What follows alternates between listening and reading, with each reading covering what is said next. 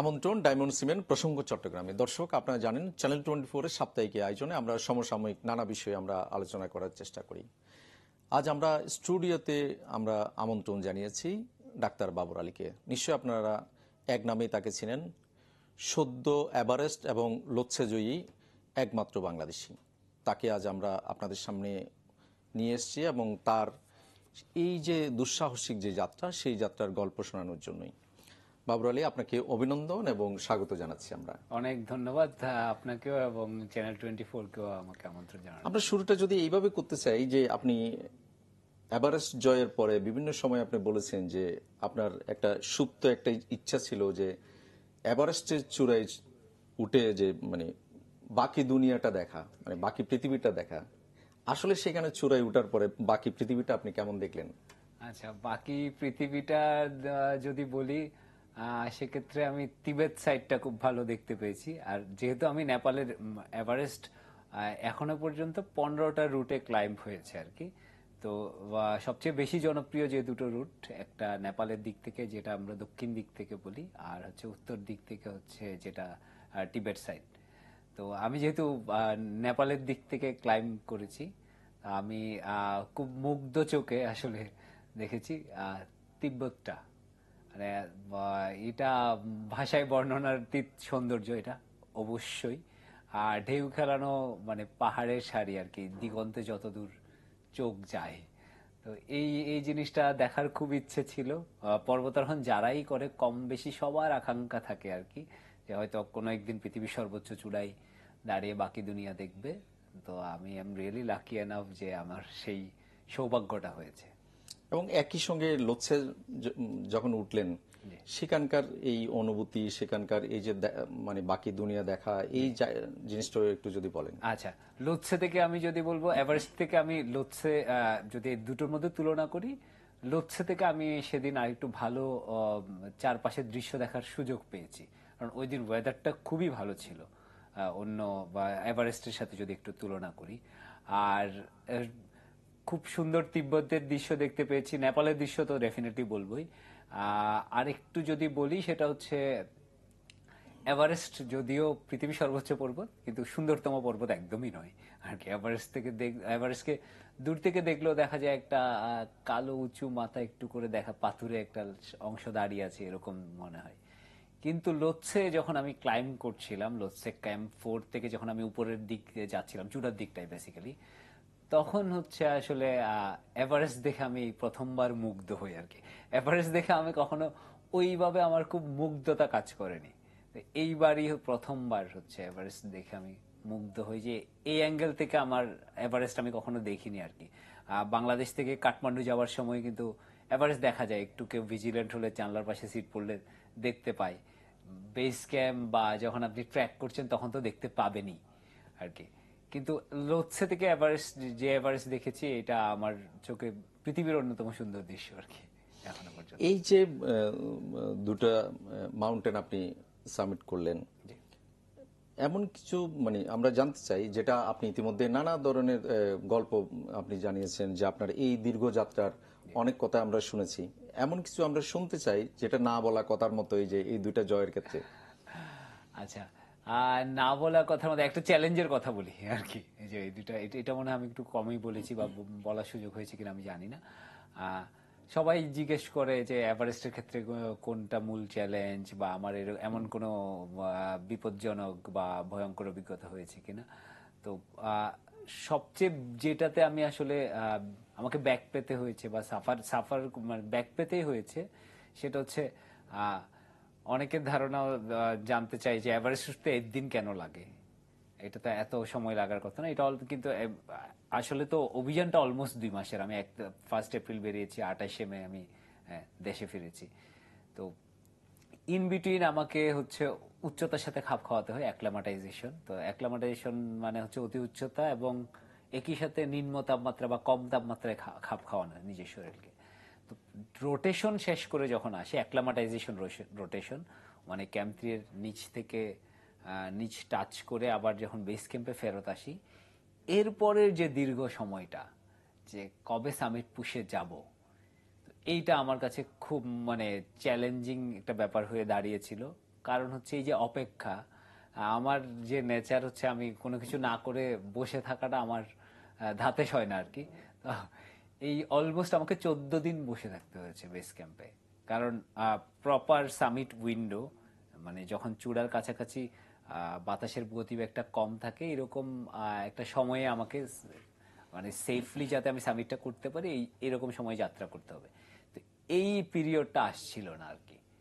তো এই 14 দিন আমি বলবো দুর্বিষহ। প্রথম 3-4 দিন ঠিক আছে, আমি মাত্র রোটেশন শেষ করে এসেছি, আমার শরীরে রেস্ট দরকার ছিল, রেস্টের ওটা হচ্ছিল। এর পরের সময়টুকু আর কি, এরপরে প্রত্যেক দিনই ওয়েদার খারাপ হচ্ছে, প্রচুর পরিমাণে স্নোফল হচ্ছে। তো এইটা আমার কাছে খুবই চ্যালেঞ্জিং মনে হয়েছে, যে এতদিন বসে থাকা মানে একদম চাতকের মতো, যে কবে সেই সঠিক সময়টা আসবে আমি ক্লাইম্ব করতে পারবো। কারণ ওর দিনে আমার শরীর মোটামুটি হচ্ছে উচ্চতার সাথে খাপ খাইয়ে নিয়েছে, আমি খুব ভালো ফিল করছিলাম, উত্তেজনায় হচ্ছে টকবক করছিলাম যে কবে উপরের দিকে যাব। এইটা এটা একটা বড় এই যে মানে চূড়ায় ওঠা কিংবা এই যে বেস ক্যাম্প থেকে উপরের দিকে, এই গল্প তো আমরা শুনলাম, কিন্তু আপনি মানে আপনার যাত্রাটা তো আসলে মূলত শুরু হয় যে লুগলার পর থেকে, যখন আপনি হেঁটে যাত্রা শুরু করলেন। লুগলার পর থেকে যে এভারেস্ট উঠা পর্যন্ত এই যে দীর্ঘ যাত্রায় কোন কোন বিষয়গুলো আপনাকে খুব বেশি মুগ্ধ করেছে আসলে? আচ্ছা, মুগ্ধ করেছে যদি একটু পেছন থেকে বলি আর কি, আমি যেখান থেকে শুরু করেছি ওটা ট্রি লাইন বলা হয়, গাছ আছে ওখানটাই আর কি। এরপরে যে ধীরে ধীরে এগোচ্ছি স্নো লাইনের দিকে, প্যাংবোচে বলে একটা জায়গা আছে, একটা গ্রাম আছে, যেটা লুকলা থেকে হয়তো 3-4 দিনের পথ, এক একজনের পেস এক এক রকম, ওই হিসাব করে 3-4 দিনের পথ। তো এই যে ট্রি লাইন পেরিয়ে ধীরে ধীরে স্নো লাইনে প্রবেশ করা, অক্সিজেন যে কমছে এটা আস্তে আস্তে বুঝতে পারা, এবং গাছের ভেরিয়েশনের ক্ষেত্রে যদি বলি, লুকলায় বিশাল বিশাল সব গাছ আছে, নর্মালি যে ধরনের গাছ আমরা দেখে থাকি আর কি। ওইদিকে মূলত আসলে রডোডেনড্রন, বার্চ, ফার, জুনিপার এই টাইপের গাছ। তো ওই গাছগুলাই যখন আমি আরেকটু উপরের দিকে যাচ্ছি, গাছের প্রজাতি সেম থাকছে, গাছগুলোর সাইজে ছোট হচ্ছে। দর্শক, ছোট্ট একটা বিরতি নিব, ফিরবো একটু পর, সঙ্গেই থাকুন।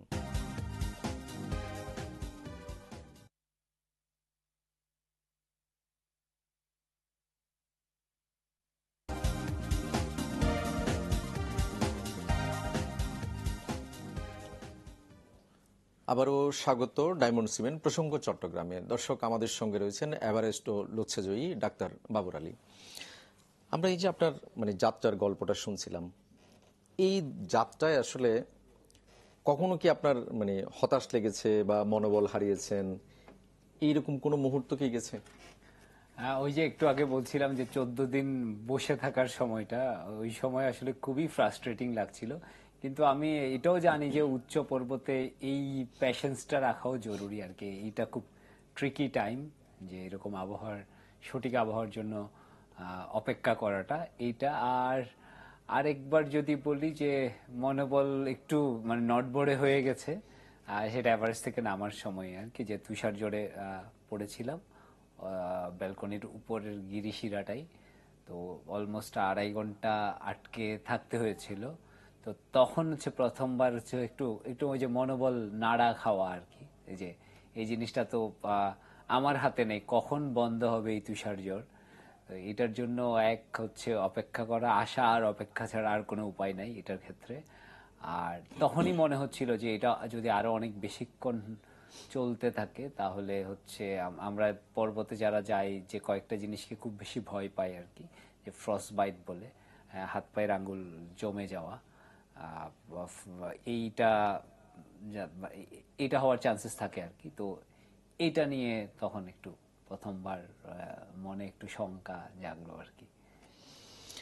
এই যে আপনি এভারেস্ট যাওয়া বা লোচ্ছে যাওয়া, এটার জন্য আসলে কোন প্রস্তুতিটা আসলে আপনি নিতে গিয়ে আপনাকে অন্যদের চেয়ে আপনি নিজেকে মনে করেন যে মানে আমি আলাদাভাবে এই মানে প্রস্তুতিটা নিতে পেরেছি? এক, দ্বিতীয়ত হচ্ছে মানে আপনি একজন ডক্টর, যে আপনার চিকিৎসাবিদ্যা আসলে কতটা কাজ দিয়েছে এই যাত্রায়? ওকে, অবশ্যই মানে আচ্ছা, প্রস্তুতির ব্যাপারেই বলি আর কি। তো আমি সবসময় এটা খুব বিশ্বাস করি, হারুকি মুরাকামি আমার খুব ফেভারিট একজন রাইটার। তো মুরাকামির একটা কথা আছে, মুরাকামি একটা বই লিখেছেন, মুরাকামি ইজ অলসো এ রানার। এবং খুবই মানে সাধারণত লোকজন লেখকদেরকে যেভাবে পোর্ট্রে করা হয় বা লোকের কাছে যে ইমেজটা আছে যে একটু হয়তো অগোছালো জীবন যাপন করেন এরকম, বা হয়তো একটু বেহিসেবি অনিয়ন্ত্রিত জীবন যাপন করেন, মুরাকামি একদমই ডিফারেন্ট একজন লোক ওই সূত্রে। অসংখ্য অনেকগুলো বছর ধরে নিয়মিত টানা দৌড়ে যাচ্ছেন, যার তার সকালটা শুরু হয় দৌড় দিয়ে, এরপরে এসে সে লেখার টেবিলে বসেন আর কি। তো ওনার একটা কথা আছে, উনি যেহেতু রানিং করেন, রানিং নিয়ে ওনার একটা বইও আছে। আমি যদি ভুল না করে থাকি, what I talk when I talk about running, এরকম একটা বই। হয়তো কাছাকাছি নাম, হয়তো একটা দুটো শব্দ এদিক সেদিক হতে পারে। ওই বইয়ে একটা লাইন আছে যে pain is inevitable, suffering is optional. তো এটা আমি সবসময় আমি মনে মনে বিলিভ করি। তো আমি জানি যে এই ধরনের প্রস্তুতি, এই ধরনের এটা তো একটা এন্ডুরেন্স স্পোর্ট, এক্সট্রিম স্পোর্টস, এটার প্রস্তুতিতে পেইনটা থাকবেই, কিন্তু সাফার আমি করব কিনা আর কি, সেটা অপশনাল। তো সেটা আমি নিজেই ডিসাইড করি। তো আমি প্রস্তুতিটা এমনভাবে সবসময় নেওয়ার চেষ্টা করি যাতে ক্লাইম্বটা আমার সহজ হয়। আমি আমার এফোর্টটা অনেক বেশি প্রস্তুতিতে দেই। আমি পাহাড়ে গিয়ে সাফার করতে চাই না, একদমই না।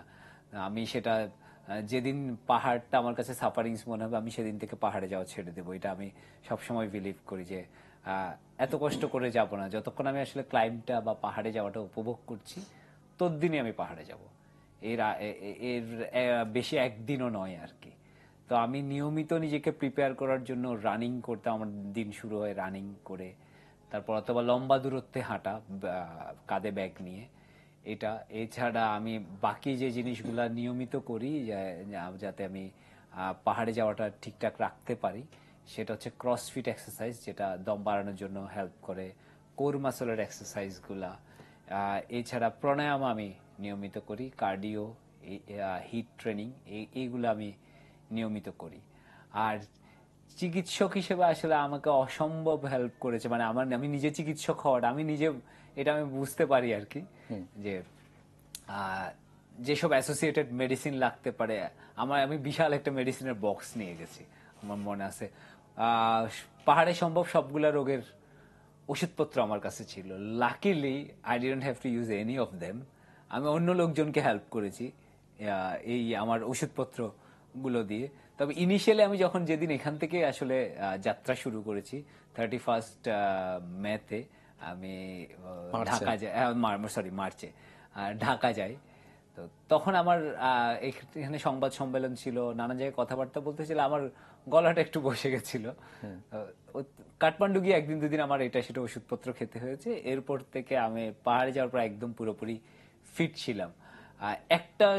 একবার একটু ছোট আমি অসুস্থ হয়েছি, সেটা হচ্ছে কোনো এমন কোনো ব্যাপার না যে মাউন্টেনের কোনো সিকনেস হয়েছিল। ওইভাবে বলতে খুম্বু কাফ বলে একটা জিনিস হয়। আমি রোটেশন শেষ করে আসার পরে আমার গলাটা একটু অস্বস্তি দিচ্ছিল আসলে, এটা দিন তিনেক একটু ভুগতে হয়েছে। তো আমি যাওয়ার আগে খুম্বু কাফ বলতে যে রিজিয়নটা, এভারেস্ট যে জায়গায় রিজিয়নে অবস্থিত, ওটা খুম্বু বলা হয়। তো ওইখানে একটা কাশি হয় অনেকেরই। তা আমারও মনে হচ্ছিল আমার যে খুব কাশি হয়েছে এমন না, একটু ইরিটেশন হচ্ছিল। তা আমি এটা যাওয়ার আগে অনেকগুলো পেপার পড়ে গিয়েছিলাম এটার ব্যাপার নিয়ে। এটার কুম্ভ কফের এখনো মেকানিজম অফ অ্যাকশন ঠিকঠাক ভাবে জানা যায়নি আর কি। তো কি করলে এটা থেকে বেঁচে থাকা যাবে, তো দিন তিনেক একটু ভুগতে হয়েছিল, যে খুব বড় কিছু নয়, কিন্তু এই যে বললাম আমি যে এই পেপারগুলো পড়া, এটা আমাকে খুব হেল্প করেছে আর কি। এবং আমি আমার টিমে অন্যরাও সাফার করছিল, ওদেরকে হেল্প করতে পেরেছি। আরেকটা বিষয়, এই যে মানুষেরও এক ধরনের কৌতূহল থাকে যে আমরা সচরাচর দেখি যে মে মাসের দিকেই মানে সামিট গুলো হয়। এটা একটা বা এটা কেন একটা, আরেকটা হচ্ছে যে যেমন আপনি নিজেও সামিট করেছেন এভারেস্টে রাতের বেলায়, জি জি, এক্স্যাক্টলি। এই সময়টুকু মেনটেনের মানে জায়গাটা কি কিরকম? আচ্ছা, আপনি একদম একটু খুব মানে দারুণ প্রশ্ন করেছেন আর কি। এভারেস্ট যখনই সামিট হয়, যেমন আমি যদি একটু একটু একদিন পেছনে যাই, আজকে 30শে মে, গতকাল ছিল 29শে মে, গতকালই ছিল এভারেস্ট ডে ছিল। 1953 সাল, অলমোস্ট 71 বছর আগে আজকে মানে গতকালকের দিনেই প্রথম হচ্ছে এভারেস্ট সামিট হয়। আমরা সবাই জানি এডমন্ড হিলারি এবং তেনজিং নরগে শেরপা সামিট করেছেন। তো এছাড়া এমনিতে এভারেস্টের উইন্ডোটা সবসময় থাকে মে মাসের দ্বিতীয় বা তৃতীয় সপ্তাহে এই সময়টাই চূড়া এবং তার আশেপাশের জায়গাগুলোতে যে বাতাসের যে গতিবেগ সেটা খানিকটা কম থাকে। সেটার জন্যই এই সময়টাকেই, বছরের এই সময়টাই সামিটের জন্য মোটামুটি বেছে নেওয়া হয়। আর যে ইভেন আমার ক্ষেত্রেও আমি অলমোস্ট তৃতীয় সপ্তাহেই আসলে এভারেস্টের চূড়ায় উঠেছি। আর রাতের বেলা যেটা বলছেন, সামিট পুশগুলো সবসময় মোটামুটি সবসময়ই রাতের বেলা হয়। উচ্চতর পর্বতের ক্ষেত্রে সেটা আরো বেশি। উচ্চতর পর্বতের রাতের বেলা হচ্ছে ওয়েদারটা, আবহাওয়াটা অনেক স্টেবল থাকে বেশিরভাগ ক্ষেত্রেই। আর আরো একটা ব্যাপার থাকে যে অন্য যে একটা হলো সামিট পুষে তো আমি থাকবো না, আমি গিয়ে আবার ফিরেও আসবো। তো এই জন্য আমাকে আগে ভাগে হচ্ছে রওনা করতে হবে। অন্য ক্ষেত্রে যেটা হয়, আমি একটা ক্যাম্প থেকে আরেক ক্যাম্পে যাচ্ছি, সেখানে কিন্তু আমার থাকার শেল্টার আছে বা আমি থাকবো সেখানে। এখানে আমাকে গিয়ে আবার ঠিকঠাক ভাবে আগের যে ক্যাম্প ফিরতে থেকে হবে। যাত্রা শুরু করেছি সেখানে ফিরতে হবে। সেজন্য একটু আগে ভাগে রওনা দেওয়া হয়, আরেকটা স্টেবল থাকে। আর পর্বতের একটা ফিচার আছে আর কি, বেশিরভাগ ক্ষেত্রে দুপুর 12টা-1টার পর থেকে ওয়েদার খারাপ হতে থাকে। তো এই সময়টা অ্যাভয়েড করা একটা ব্যাপার। আর যদি যখনই রোদ উঠে যাচ্ছে বা সূর্য উঠে যাচ্ছে, সূর্য উঠলে এবার সেটা তুষার গলতে শুরু করবে। তুষার গলতে শুরু করলে চান্সেস থাকবে যে তুষারধস হওয়ার।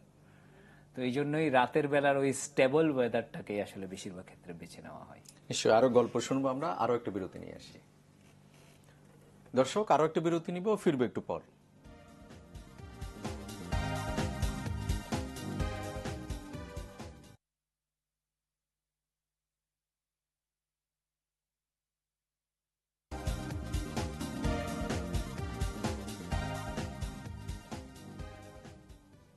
আবার স্বাগত ডায়মন্ড সিমেন্ট প্রসঙ্গ চট্টগ্রামে। দর্শক, আমাদের সঙ্গে রয়েছেন এভারেস্ট ও লোৎসে জয়ী ডাক্তার বাবর আলী। আমরা অনেকগুলো বিষয় আপনি বলছিলেন, মানুষেরও কৌতূহল যে মানে এভারেস্ট বা লোৎসে এই যে পর্বত আরোহের সময় যে মানে তাপমাত্রা যে অবস্থা, সেখানে যে -45, সেই অবস্থায় আসলে পর্বত আরোহীরা আসলে নিজেকে কিভাবে টিকিয়ে রাখেন? আচ্ছা, এটার জন্য হচ্ছে স্পেশাল যে কাপড় চোপড়গুলো পাওয়া যায়, সেটার একটা বড় ভূমিকা থাকে আর কি। তো আমরা যে কাপড়গুলো পরি, এটা হচ্ছে আসলে লেয়ার বাই লেয়ার পরতে হয়। তো সবার নিচে হয়তো বেশিরভাগ লোকজনই সিনথেটিকের একটা বেস লেয়ার পরে, তো মেরিনো উল বলে একটা লেয়ার পরা হয়। তারপরে ফ্লিস, তারপর ডাউন জ্যাকেট, সবার শেষে উইন্ড স্টপার। এটা একটু নিচের দিকের ক্যাম্পগুলোতে। আর উপরে যখন আমি যদি যে -45-এর কথা বলছি, যেমন চূড়ার দিকে -40-45 এমনও থাকে রাতের বেলা টেম্পারেচার। তো ওই ক্ষেত্রে যেটা হয় যে হয়তো ভেতরে দুটো বা তিনটা লেয়ার থাকলো, এরপরে আরেক ধরনের একটা স্যুট পাওয়া যায়, feather dungaree suit, whole body suit এটা পুরোটাই। তো এক ধরনের হাঁসের পালক দিয়ে বানানো, এটা খুবই উষ্ণ। তো এইটার মধ্য দিয়েই হচ্ছে আসলে নিজেকে টিকিয়ে রাখতে হয়। এটা খুবই ভালো ইনসুলেটেড স্যুট। এরপরও কিন্তু হচ্ছে যখন আপনি বলছিলেন এত ঠান্ডা, -45 অনেক ঠান্ডা, কিন্তু যখন ক্লাইম্ব করবেন অনেক স্ট্রেনাস হবে, তখন কিন্তু ভেতরে ঘামও হবে এরপরেও আর কি। তো এই হলো ব্যাপার। আর হাত পা এর জন্য, সুরক্ষার জন্য আসলে এখন খুব ভালো হ্যান্ড গ্লাভস পাওয়া যায়, যেগুলো আসলে অলমোস্ট -35-40 এগুলোতে কাজ করার জন্য উপযোগী করে বানানো আর কি। আমরা এই যে একটা ভিডিও দেখলাম যে কিছুদিন আগে, এটা বেশ সোশ্যাল মিডিয়ায় ভাইরাল হয়েছে, যে এভারেস্টে উঠতে গিয়ে যে ট্রাফিক জ্যাম, প্রচুর পর্বত আরোহীকে আমরা দেখলাম। এই দৃশ্যটা একটু যদি আমাদের বলেন, আমাদের সাথে শেয়ার করেন। এইটা হয় এখন, যেহেতু এভারেস্ট পৃথিবীর সর্বোচ্চ পর্বত, সবার খুব আগ্রহ থাকে এই তো মানে পৃথিবীর সর্বোচ্চ চূড়া ছোঁয়ার আর কি। তো প্রত্যেক বছরই হয় এমন অনেকেই যারা হয়তো আসলে এই স্বপ্নটা দেখেন, হয়তো ওভাবে নিজেকে প্রিপেয়ার করেন না, তো তারাও আসলে পারমিট কেনেন। নেপাল গভর্নমেন্ট এটা থেকে একটা বড় অংশ পায়। যেমন গত বছর যদি বলি, গত বছর এভারেস্টের ইতিহাসের সবচেয়ে বেশি পারমিট বিক্রি হয়েছে, 478 জন। এই বছর একটু কম, 414 আর কি। তো এইটা হয় ওই যে আপনাকে একটু আগে বলছিলাম যে মে মাসের দ্বিতীয় বা তৃতীয় সপ্তাহে খুব অল্প সময়ের জন্য উইন্ডোটা খোলে, যে পারফেক্ট ওয়েদার উইন্ডো, যেটাতে সামিট করা যায়। তো সবাই আসলে ওইটাকেই টার্গেট করে যে ওই সময় গেলে হচ্ছে চান্সেস বেশি থাকবে। কিছু লোকজন হয়তো স্কিপ করে, এটা আবার পরিণতিও ভালো হয় না। যেমন এই বছরই যেমন আমি ওই 2 মঙ্গোলিয়ানকে চিনতামও, যারা খুব উইন্ডি ওয়েদারে বেরিয়েছিল এবং আবহাওয়াটাকে হয়তো আমলে নেয়নি, এবং তাদের দুজনের পরিণতি, তাদের জীবনটা ওখানেই শেষ হয়ে গেছে। তো এই যে আহ, বড় একটা হিউম্যান জটের কথা বলছেন, তো সেটা হয় ওই যে ওই পারফেক্ট উইন্ডোটা, যেহেতু এতগুলা লোকজন, 414 জন পারমিট কিনেছে, তো 414 জন নিশ্চয়ই চূড়ায় যায়নি। অনেকেই ক্যাম্প 1 বা 2, যেহেতু এবার বেস ক্যাম্প থেকে ক্যাম্প 1 এর রাস্তাটা অনেক লম্বা ছিল, প্রত্যেক বছর সেটা 5-6 ঘন্টায় পার হয়ে যাওয়া যায়। মানে এভারেস্টের ক্ষেত্রে যদি one of the most biggest obstacle বলি, সেটা হচ্ছে খুম্বু আইসফল, খুম্বুর বরফের যে প্রপাত। তো সেটা 5-6 ঘন্টায় আগের বছর বা 6-7 ঘন্টায় পেরোনো যেত, এবার সেটা অনেকের ক্ষেত্র বিশেষে 8-9-10 ঘন্টাও লেগেছে। জায়গাটা অপেক্ষাকৃত অনেক লম্বা হয়ে গেছে রুটটা, কারণ এই বছরে আগের বছরগুলোর তুলনায় অনেক কম তুষারপাত হয়েছে সিজনের আগে, এবং সেজন্য শক্ত বরফ বেরিয়ে গেছে। তো রুটের জন্য এটা বেশ মুশকিল হয়ে গেছে আর কি। তো আরেকটা বিষয় হচ্ছে এই যে মানে যত উপরে উঠে তত তো ধরেন অক্সিজেন সংকটের একটা ব্যাপার থাকে। সচরাচর পর্বত আরোহী যারা, তাদের তো অক্সিজেন নিজেরাই সাথে থাকে, কিন্তু মানে কেউ কেউ আমরা দেখি যে অক্সিজেন ছাড়াই সামিট করতে যায়। আপনি নিজেও বলছিলেন যে আপনার সামনে কখনো 8,000-এর উপরে যে আপনি অক্সিজেন ছাড়াই সামিট করতে চান, জি। এটা আসলে মানে কিভাবে সম্ভব হয় আসলে এই যে আচ্ছা, অক্সিজেন ছাড়াই সামিট করা? অক্সিজেন ছাড়া সামিট করা যদি কেউ আসলে ওইভাবে নিজেকে প্রিপেয়ার করে, এবারও বেশ অনেকেই করেছেন, নিজেকে ওইভাবে প্রিপেয়ার করে, এটা যথেষ্ট মানে খুব ভালোভাবেই সম্ভব আর কি। এবং এর উদাহরণ আমরা আগেও অনেকগুলা পেয়েছি। অনেকগুলা ক্লাইম্ব আগেও হয়েছে অক্সিজেন ছাড়া। এখন রিসেন্ট টাইমসে এটা বেশ জনপ্রিয় হচ্ছে। লোকে যেহেতু আসলে নিজেকে চ্যালেঞ্জ করতে পছন্দ করে, যারা নিজেকে চ্যালেঞ্জ করতে পছন্দ করে, তারা এই ধরনের অ্যাক্টিভিটিগুলোতে ইনভলভ হচ্ছে এবং ভালো করছে। যদি আপনি আসলে ওয়েল প্রিপেয়ার্ড হন, তাহলে আসলে অনেক বেশি মুশকিল আজকাল নয় আর কি, আমার ধারণা আর কি। আমি নিজেও আসলে, যে আপনি যেটা বলছিলেন, যে আমি নিজেও এরকম একটা 8,000 মিটার মাউন্টেন অক্সিজেন ছাড়া ক্লাইম্ব করতে চাই। এই যে আপনাদের দীর্ঘ যাত্রা, যেমন আমরা যদি বলি যে মানে শুধু লুকলা না, আপনি কাঠমান্ডু থেকেই শুরু করে এটার একটা বিশাল যাত্রা। এই যে এভারেস্ট যাত্রা বলি বা লুৎসে, যেখানেই বলি না কেন, যে পর্বত যাত্রায় বিশ্বের নানা দেশের বহু পর্বত আরোহী সেখানে আসেন, বহু পর্বত আরোহীর সঙ্গে আপনাদের দেখা হয়। এই যে পারস্পরিক আপনাদের যে মানে এক্সচেঞ্জ যেটা, বা এক দেশ আরেক দেশকে জানা, এইটা যদি একটু বলেন, এই যে মানে কিভাবে একজন আরেকজনের সঙ্গে পরিচিত হন, কিভাবে আসলে বিনিময়টা করেন? এটা এটা বিশাল একটা সুযোগ আসলে। আমি যদি আপনি যেহেতু পেছন থেকে বলছিলেন, আমি কাঠমান্ডুর কথাই বলি। কাঠমান্ডুর যে জায়গাটা টুরিস্ট হাব, থামেল বলে যে জায়গাটা, হ্যাঁ, থামেলকে বিশ্বের হচ্ছে কিংবদন্তি পর্বতারোহী রেইনহোল্ড মেসনার একথা বলেছিলেন, এটা বিশ্বের সবচেয়ে কালারফুল প্লেস। এখানে নানা বর্ণের, নানা জাতের, নানা ধর্মের নানা ভাষা। লোক, হ্যাঁ, নানা ভাষার লোক একসাথে হয়। তো এখন বেস ক্যাম্পটা অনেকটা এরকম জায়গা। বা আমার টিমে 3 জন ছিলেন। তো 3 জন, একজন ইন্ডিয়া থেকে এসছেন, উনি পেশায় ডেন্টিস্ট, ওরাল প্যাথোলজিস্ট এর প্রফেসর, একটা মেডিকেল কলেজের department HOD, head of the department. আরেকজন হাভিয়ার চিলি ছিলেন। এছাড়া আমার অসংখ্য বন্ধু তৈরি হয়েছে নানান ক্যাম্পে, নানান সুযোগে, যেহেতু এক একজনের বেস ক্যাম্প কোনোটাই খুব বেশি দূরে নয়, হাঁটা দূরত্বে। তা আমরা ওই যে 14 দিনের যে আপনাকে টাইম পিরিয়ডের কথা বলেছিলাম, এই সময় আমি প্রচুর বন্ধু বানিয়েছি, এবং ওদের সাথে মিলে আশপাশে আমরা হাঁটতে যেতাম। আজকে ওর এখানে হয়তো চা খেতে যাচ্ছি, বা ওর ক্যাম্পে একটু ঘুরে আসা, ওর সাথে একটু দেখা করে আসা, ও কি প্ল্যান করছে, এই সময়টা ও কিভাবে পার করছে, অথবা মাঝে মাঝে উনো খেলতে যাওয়া অন্য ক্যাম্পগুলোতে।